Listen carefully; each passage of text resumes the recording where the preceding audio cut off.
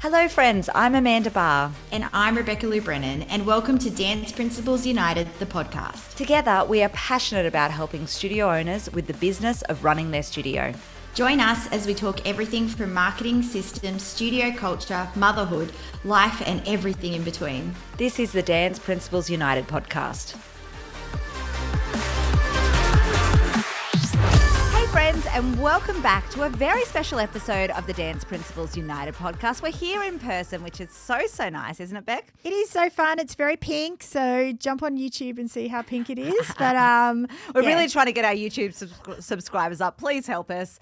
We need to get from at least 3 to maybe 7 by the end of the episode. So if you could help, that would be wonderful. Who has time to watch YouTube? I don't know. I don't actually know. My kids watch a lot of YouTube, I have to say. They? Yeah, I love it. I have YouTube banned on my home. Yeah, I've heard that. Yeah. It's really weird. I'm very anti-YouTube. Yeah, it's funny. But anyway, these are the things. We thought we'd do a bit of a special episode today because we're in person and it's a bit more fun. We put a question out to our tribe members about what would they ask us and what kind of like unfiltered advice would they like. And one of the questions that came back from one of our tribe members was, what were the turning points in your business? So we actually haven't discussed this yet. Beck's concerned because we haven't discussed it, but I feel like it's a good thing to sort of see it straight live on air and like the real turning points that got your business to the success it is now. I'd love to know. Do you want to? We got 3 each. We chose 3 each, and normally Amanda and I, before we start the episode, would have a little chit chat about that. But she was just like, "Let's just go with it." So this could be super random, guys. I hope you enjoy it. I want to hear the turning points because Pause is a huge success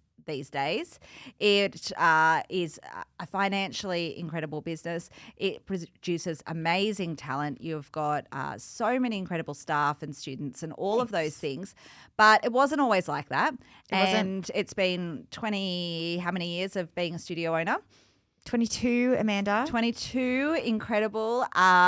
So there was obviously turning points in your journey. So tell me, what is turning point number 1? I've told this story before, so I'm sorry if our listeners have heard it before, but the biggest turning point definitely in my business was when I had a mentor and I was doing one-on-ones with them in the city. So I would get on the train and I would... You catch a train? Wait, this is the turning point of the podcast. You were on a train?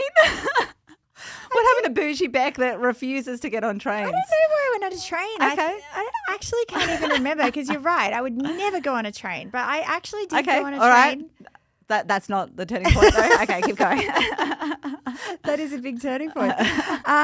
So I would get on the train. I would go to this one-on-one that went for an hour. I would cry for the entire hour because my business was legitimately making zero money. I was working 24/7. I was a single mom, and life was just so overwhelming and crazy. And so I would go there and cry, and he would give me some great advice, and then I'd go home and just keep running, and I wouldn't actually do pretty much anything that he told me. So my biggest turning point was sitting down with him, I think the 4th or 5th time. Can I also say I could not afford these sessions? Yes. I know it was $500 an hour at the time, which for me at the time was an insane amount of money. And this is what we're talking 12, 15 years ago maybe. Yes. Yeah. And so he sat down and he said to me, and I appreciate it so much to this day, Beck, you can keep coming here and paying me $500 to sit and cry and whinge and complain and be a victim, or you can actually fucking do some of the stuff I'm telling you to do, and then things might change. Bing.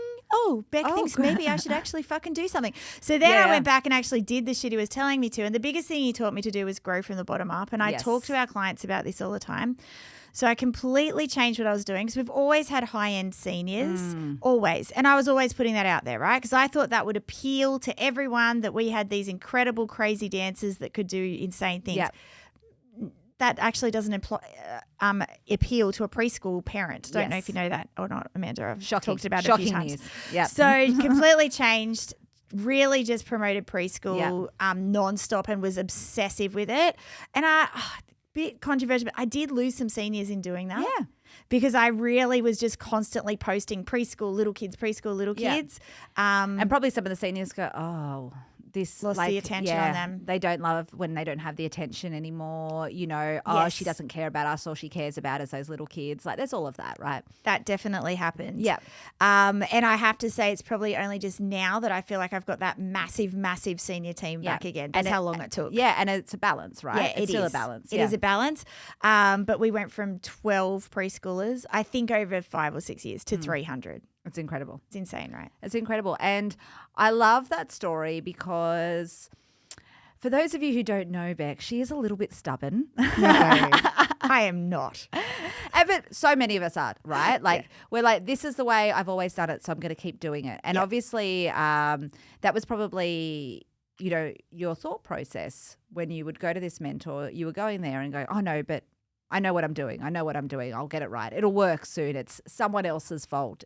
Is that right? Yeah. Putting words into your mouth, but that's what we see sometimes. I was such a victim. It was ridiculous. Yeah, it's like, hey, that's because that other studio's doing this. Or it's because, that once I get rid of that mum, or once it's because these parents don't understand or whatever. It's like that, playing that victim. But actually going, maybe this isn't working. Maybe I do need to try something else. Yes. Do you know the funniest one that I always hear people say, and I probably used to say it myself, is the studio down the road has all the preschoolers? Yeah. Like, have you ever fucking looked at how many preschoolers are actually in your area? Because when you look at that, that's just saying that is so ridiculous. Like, you could easily have 7 studios with 300 preschoolers each in Penrith and you would still not have. Absolutely. Like, all the preschoolers. Like, there's so many kids. So many kids. Absolutely. I love that. All right. That was a great turning point one. So you decided to actually do some of the shit and do something about your business. Hang on. Are we going through my 3 all at once? I think so. Oh, okay. No? Do you want to go to mine? What do you want to do? Yeah, your choice. Let's go to you first. All right. My first turning point, for those who don't know the backstory, I opened my studio when I was 15. I was in year 11 at school. Do you know that's BB's age now? Yes. Yes, I do. And I didn't just start a school hall studio. I bought a studio that had already been operating.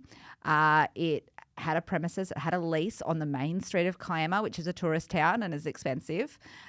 We had, I think, to start with 5 staff straight away because I inherited them. So like 5 adult staff. So I'm not talking about like I started teaching a few dance classes in a local hall. Like I owned a studio at 15. And I guess my turning point was making a big conscious choice to prove everybody wrong. To prove people wrong that told me I couldn't do it. So people told me... That doesn't sound like you at all. Me? No, not at all. I've changed so much since I was 15. So people when I was 15 said to me, well, you can't do that and do school. And I'm like, fuck you, watch me.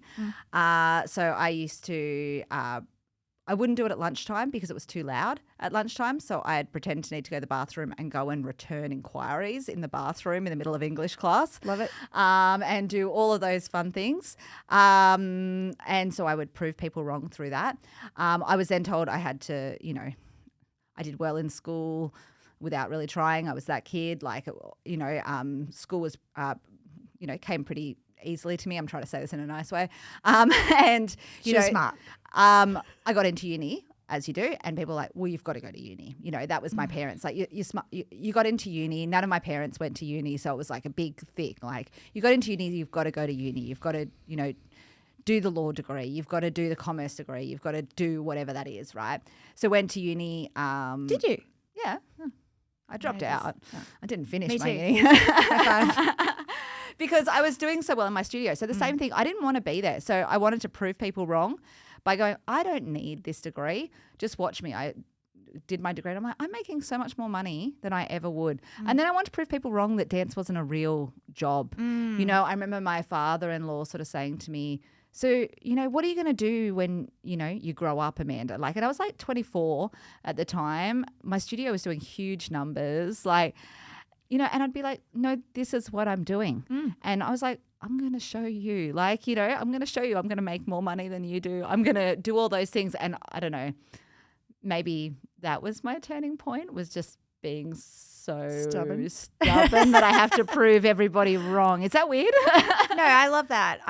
And I feel like that's probably been a driving force for you the whole way through. Absolutely. When you think about it, because It is interesting. Like I had a very similar thing growing up. Mum and dad, well, dad especially wanted me to go to uni. I was in a selective high school. I was, very smart. They were very excited for me to go to uni. And I think at the time as well, like we're similar age, now it's not such a thing that everyone has to go to uni, but there was a period of time where it's like, uni is life, if you're smart enough, you need to go to uni and get a degree so then you can get a good job and you'll get paid more and all of that kind of stuff. Yeah, I agree. But I didn't want to be there either. Did the same thing, went there for a little while, hated it. Yeah. And just wanted to do what I was doing now, really. I love that.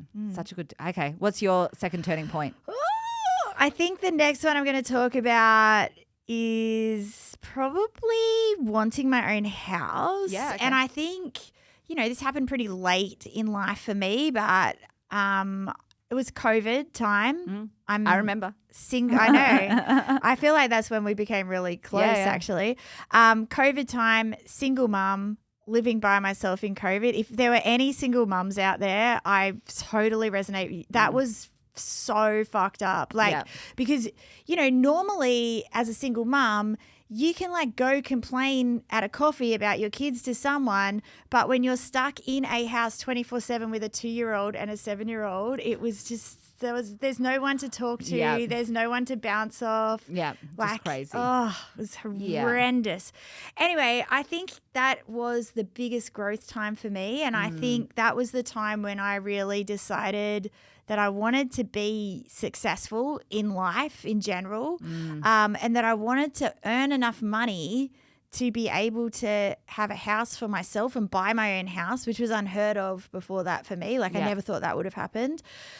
So I think what's the turning point of this? Just making smarter decisions, because it's so true that we sacrifice so much as studio owners because we want to do it for the kids. And it's not that I don't want to do stuff for the kids. It's just stop making stupid decisions. Like, did I really need to spend $2,000 on those brand new spanking props, or could I have just used something that we had before? Or, I just knew that to get that money together, I had to make some smarter choices, if that makes sense. Yeah. And really made dreams in and around that, and really thought about also extra revenue that I could make in the studio to make that extra money. So I feel like that, and then I bought my own house at the end of COVID. Yeah. Yeah. Yeah, at the end of COVID, maybe absolutely a year after it or something. And, there's so much more to your backstory that I feel like probably some of our listeners might not have known. But, you'd owned houses previously, but with partners? No, I didn't own with the partner. Didn't you? Okay, no. so but you bought this by yourself as well, which did. was a big thing, as a single woman and all of that kind of stuff as well. I did. Yeah. And I think that's so impressive.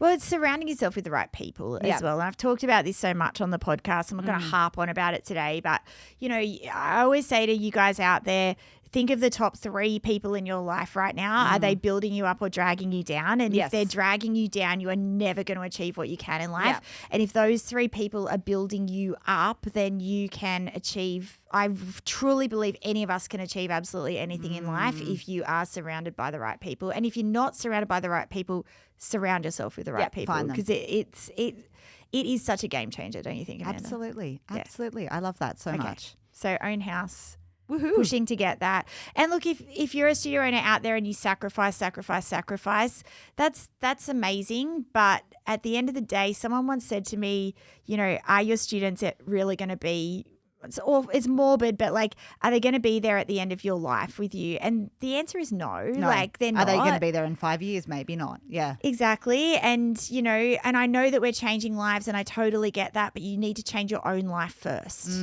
You've got to look after your family and your own life first, and, not sacrifice so much of that, because you will end up resenting your studio. And I was getting to that point where I was resenting my studio. Absolutely. I love that, because I do completely agree with you.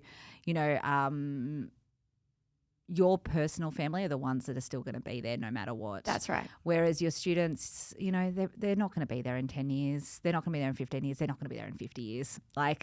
You may have impacted their life, but they're not the ones that are there with you. And so don't ever sacrifice your own family's happiness for someone else's. I think that's a big thing. Absolutely. Absolutely. That was a deep one.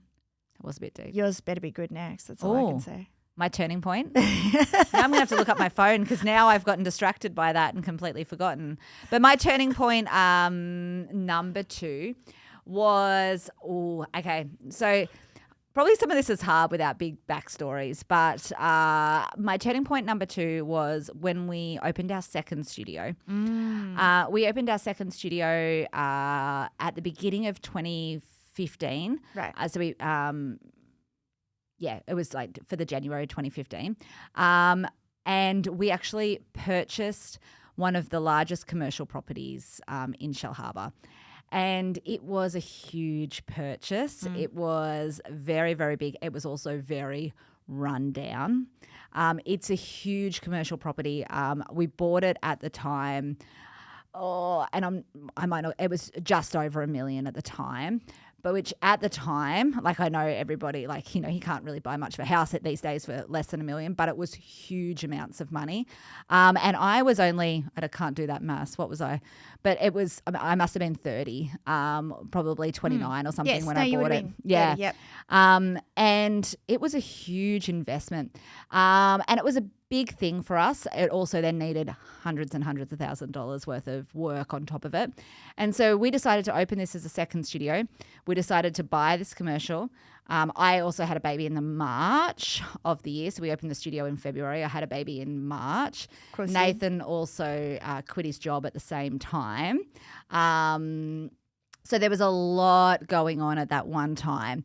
And we went all in. We were like, you know what, we're going to make this work. Oh, actually, and we were also in the middle of building our dream house as well, which at the same time was all happening at the same time because we just started building this house that we couldn't afford because we hadn't found the right studio to buy. And then this studio came up like whilst we're all happening in the middle. So It all was happening, right? We moved into our house. Let's get the date straight. We moved into the house in September. We bought the building around the same time, started classes in the February. I had a baby in the March and Nathan quit his job. So it was all happening at this time, all right?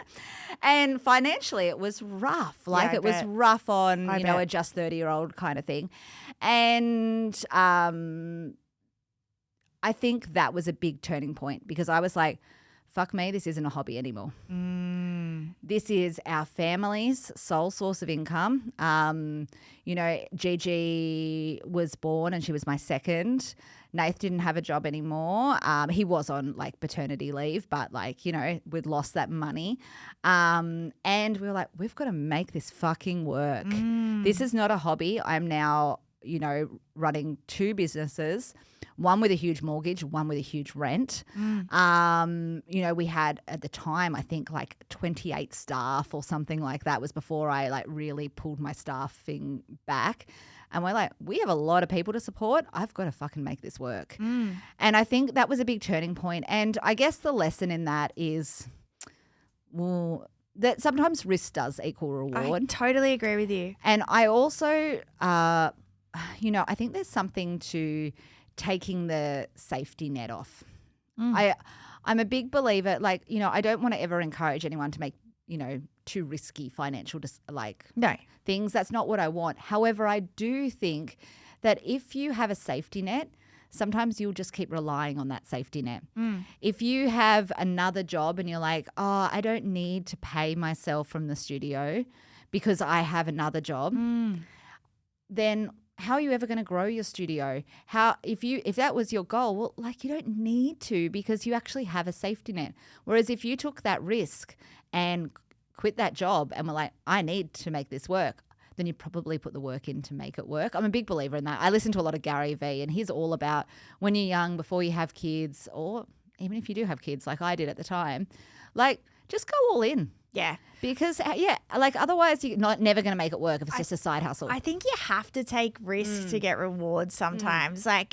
And as Nath would say, calculated risk. We're not telling anyone to be stupid out there, but sometimes... I've definitely been stupid. But I think sometimes you do have to take that risk and go all out. And I know we always talk about this, but like us with Expo, that risk with Expo was so huge. It's yeah. still huge. Like Absolutely. it's still a massive risk every year. Absolutely. But it's been such a success. And I think, it's important to do that. And it can be a turning point when that happens. Absolutely. And I just think, sometimes you've just got to make it work. And I've never worked harder than I did once we decided we were building that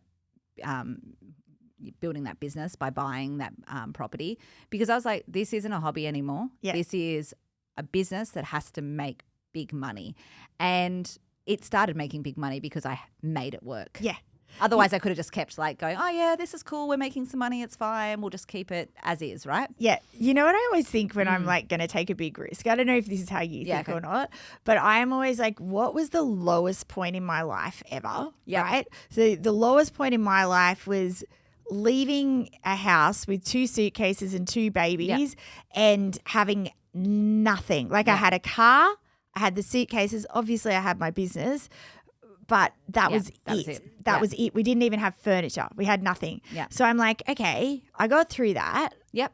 That's the And worst. It sucked, but it also made me the best version of myself. Mm-hmm. So if I didn't go through that, I wouldn't be here with you now.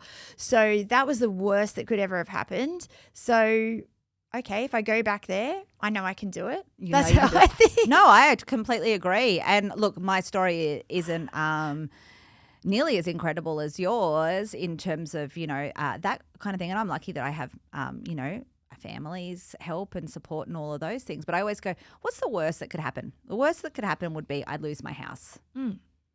Well, that sucks. I'll start renting something that's cheaper. I can live in a 2-bedroom apartment with my kids. That's fine. Yep. Whatever. That's what I always think. Maybe not with your new dog though. My dog would not be in the 2-bedroom apartment, my huge, ridiculous sized dog.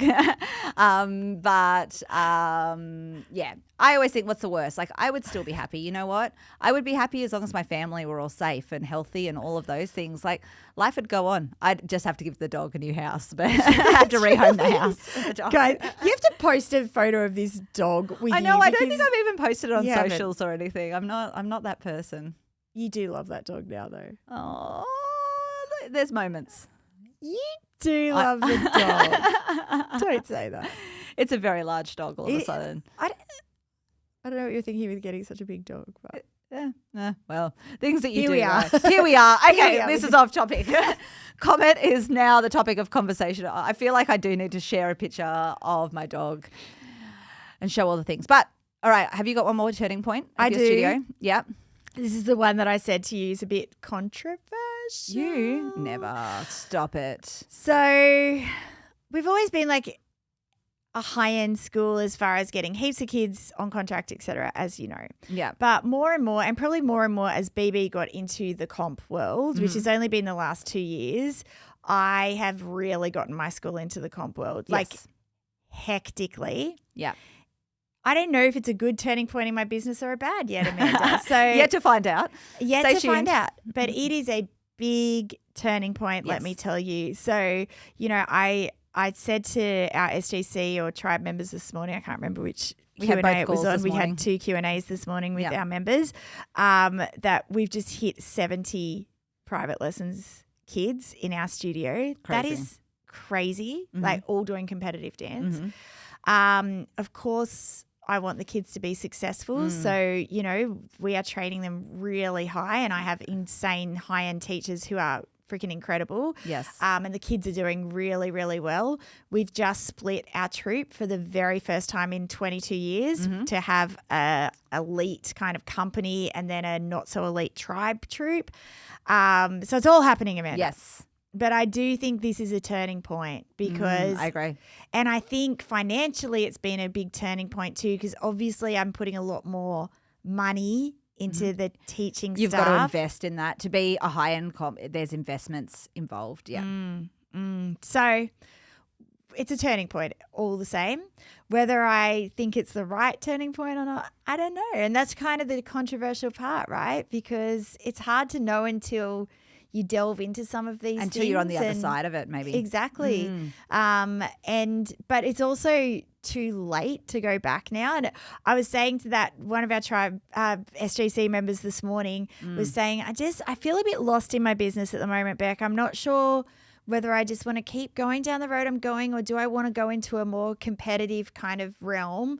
And I'm like, just be careful what you wish for. And I brought Katrina on, who's an incredible studio owner in Studio Growth Club, who has over 1,000 students in her school and has kids that have gone on to professional careers, who does no competition or one comp a year maybe or something like that. Yeah, just very minimal. And then we have really high-end comp studios like Ash from Ignition, who crushes all the things and wins all the comps.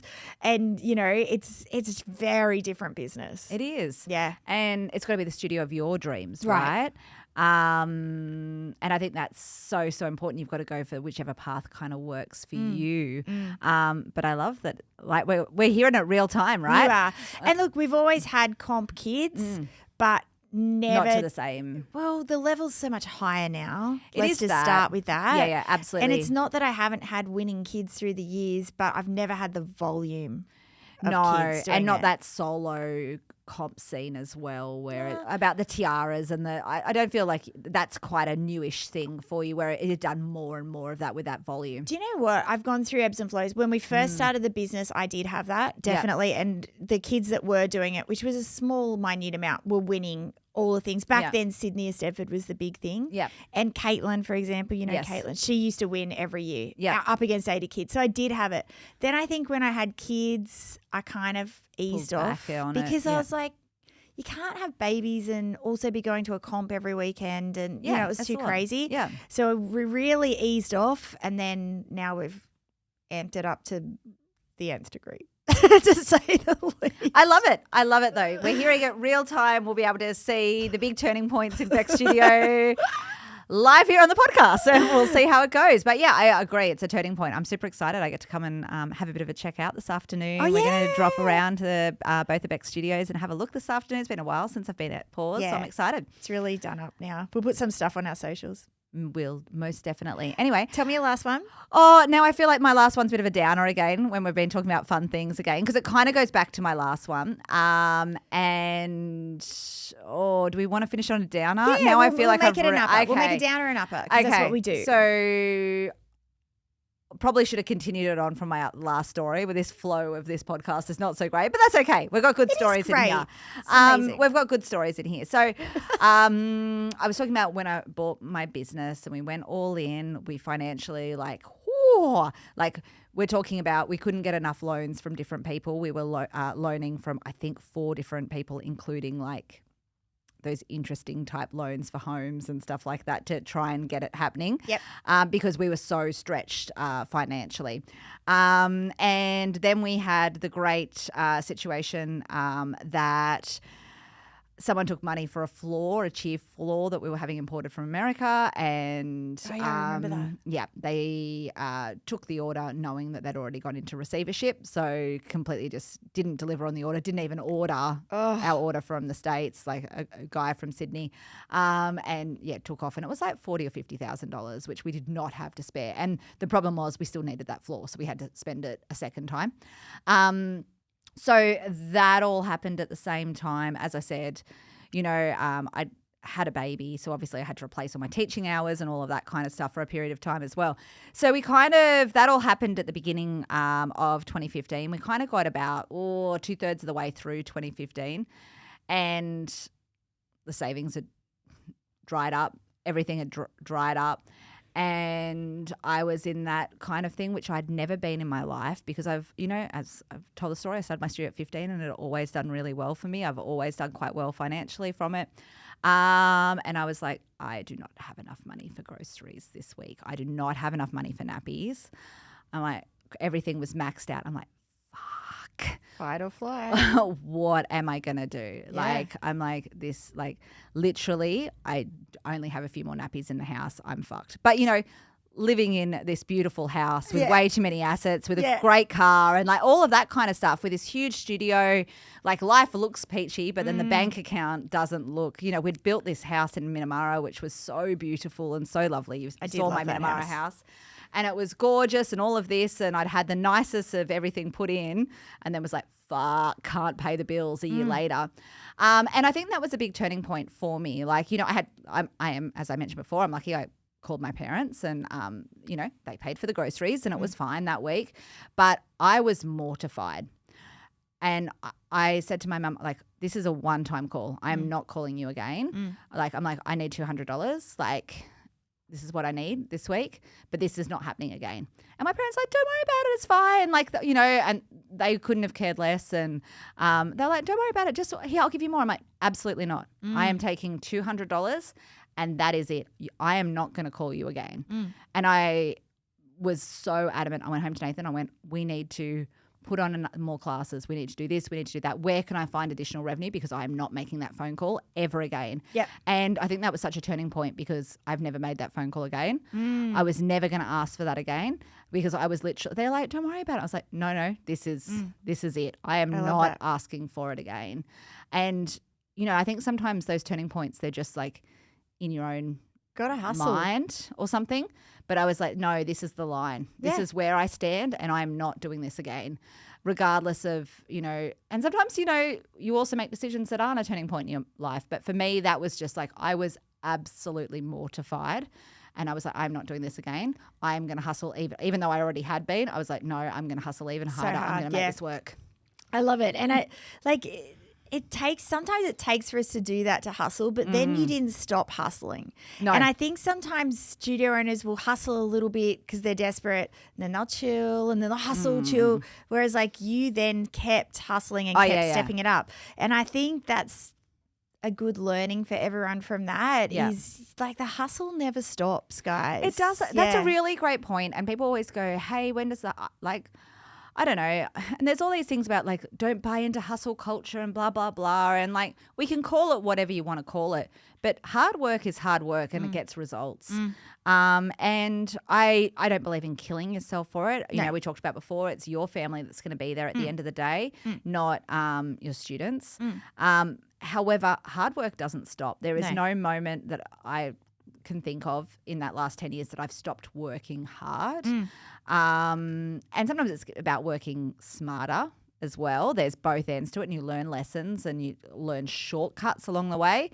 But you've got to keep working hard to have success. Well, any successful person, and I say this to my students and my own kids all the time, like, Beyonce's not just there, because she's not a hard worker. She's probably one of the hardest workers on earth. Yes, she is. And I think that's where there's this, with Instagram and all the things that people just think that it's just handed to you, and that's not the case. It is anyone who's successful in life is working their guts out at the end. Absolutely. But I think this has been a great podcast. Yeah. If you want to know some shortcuts on succeeding and growing faster, because I do think there are shortcuts to hard work, please drop us a message. We'd love to talk to you about how we can help you with some shortcuts, because there are totally ways to, bypass some of the lessons that we learned the hard way and, skip a few steps and jump ahead. Yeah, absolutely. Well, thank you so much, guys. We hope you enjoyed the podcast. It was a fun one. I really enjoyed it. So good. Thanks, guys. Bye. We hope you enjoyed this episode of the Dance Principles United podcast. If you'd love to learn more from us, we have a special offer just for our podcast listeners. Go to the link in the show notes right now to get 2 weeks free in Dance Principles United Tribe. We would love to see you there.